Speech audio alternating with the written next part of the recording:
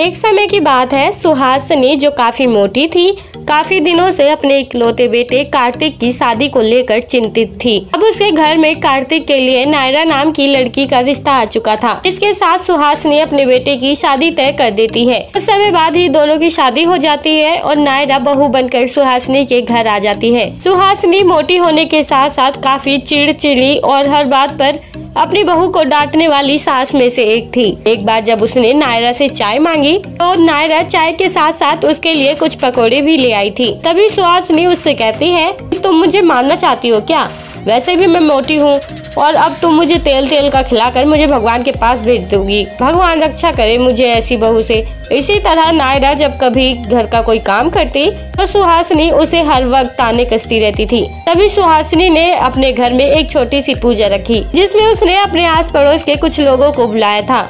अब जल्द ही पूजा शुरू होने वाली थी।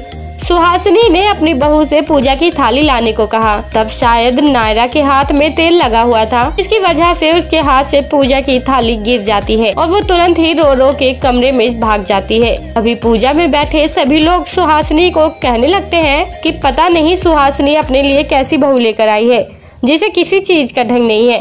पूजा की थाली तक गिरा दी। इतनी गैर जिम्मेदार बहू, भगवान अगर हमारी होती तो हम तो कब की अपने बेटे की दूसरी शादी करवा देते।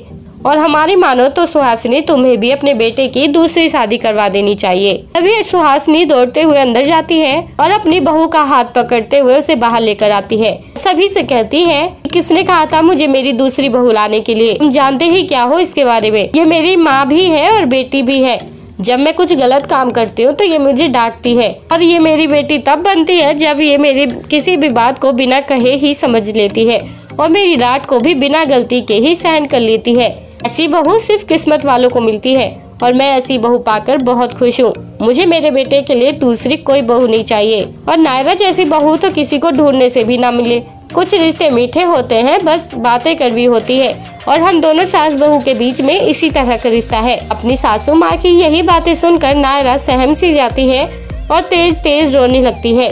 तभी सुहासिनी उसे चुप करवाती है और मजाक में कहती है कि तू मेरे कहने से चुप नहीं हो रही है, कहीं तुझे तो दूसरी सास नहीं चाहिए ना? यही कहकर सुहासिनी जोर जोर से हंसने लगती है और अपनी बहू को गले लगा लेती है। दोस्तों, आप क्या कहना चाहेंगे नायरा की मोटी और प्यारी सास की इस कहानी के बारे में? आप हमें कमेंट बॉक्स में कमेंट करके जरूर बताएं और साथ ही ऐसी और दिल को छू जाने वाली कहानियाँ सुनने के लिए आप हमारे चैनल को सब्सक्राइब करना ना भूलें।